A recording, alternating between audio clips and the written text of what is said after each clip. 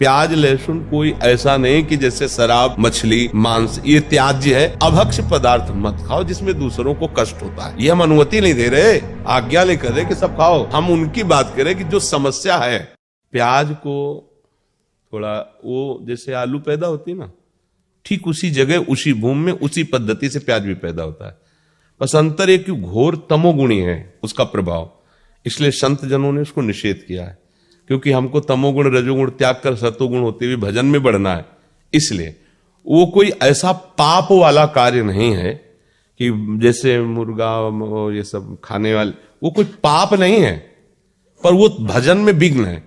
अभी बच्चे हो, अब जैसे कोई आर्मी में है, नौकरी में, ऐसे बड़े व्यापार में या और ऐसे पढ़ाई लिखाई में, अब उनके लिए कहते तुम ये साधु महात्मा और जो भगवत मार्ग में अच्छे से चल रहे हैं, ये उनके लिए है कि आप प्याज लहसुन कोई ऐसा नहीं कि जैसे शराब मछली मांस ये त्याज्य है, ऐसे वो उसके लिए उसी कोट से होगा जो भजन करने के लिए चल रहा है, क्योंकि तमोगुणी चीज है। लेकिन आप लोग जैसे गृहस्थ हैं, आप बच्चे हो, कोई नौकरी में है, कोई ऐसे, अब वो कहां पंडिताई झाड़ते घूमे भैया प्याज लहसुन तो हमें लगता है कि फिर बाहर आपको बड़ी समस्याएं आ जाएंगी, या तो फिर बैरागी बनना पड़ेगा, नहीं तो फिर कैसे आप एक दो दिन सेव खा के रह सकते हो।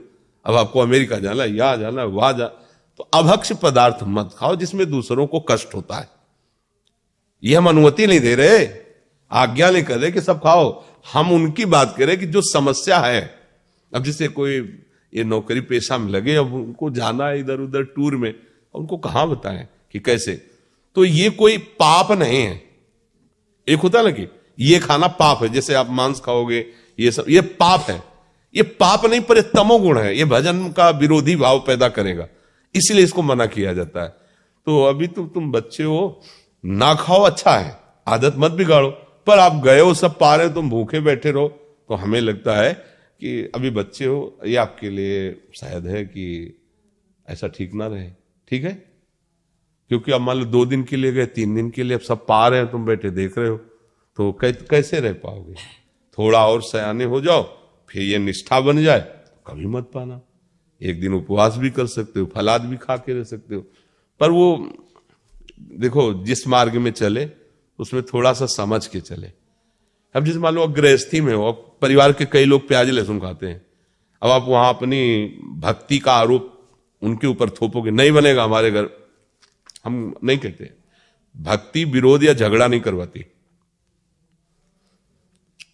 अपने घर में जो बनाने वाले हैं उनसे प्रार्थना कर दे कि आप सबके लिए जैसा बनाइए। हम अपनी श्री जी के लिए चाहते हैं अगर आप बना सको तो थोड़ा बिना प्याज लहसुन का अलग पात्र में छोक दो, रोटी वही दे दो, हम भोग लगा पा। राधा राधा राधा। झगड़ा कलह अशांति ये सब ठीक नहीं है। भक्ति तो बहुत राक्षसों के बीच में रहकर भक्ति कर रहे हैं विभीषण जी, आसपास जहां जिंदा आदमियों का मांस खाने वाले नरभक्षी राक्षस, ऐसे जिंदा जैसे अपने लोग ककड़ी खीरा खाते ना, ऐसे वहां रांधने की जरूरत नहीं, ऐसे जिंदा गाय भैंसा ऐसे खाते हो। और एक एक नहीं कि एक भैंसे में हो गया, वो तो सो रहे थे। कुंभकर्ण जी अगर रोज जगे रहे तो सृष्टि खत्म कर दिया ऐसे खाने वाले, और उनके बीच में रह के भजन कहते हमारे भजन का वातावरण ठीक नहीं। अब देखो भजन का वातावरण अगर कुटिया से बाहर विभीषण निकले तो बताओ आसुरी प्रवृत्ति का बोल वाला है लंका में, केवल आसुरी प्रवृत्ति का। लेकिन वहां रह करके राम भक्ति ऐसी कर रहे हैं, भगवान कह रहे तुम सरीखे संत प्रेम हो रहे। तो अभी आप, हमें लगता है इस बात पे ना हट करना, अभी आगे जब बड़े हो जाना तो आप सुधार कर लेना। ठीक है।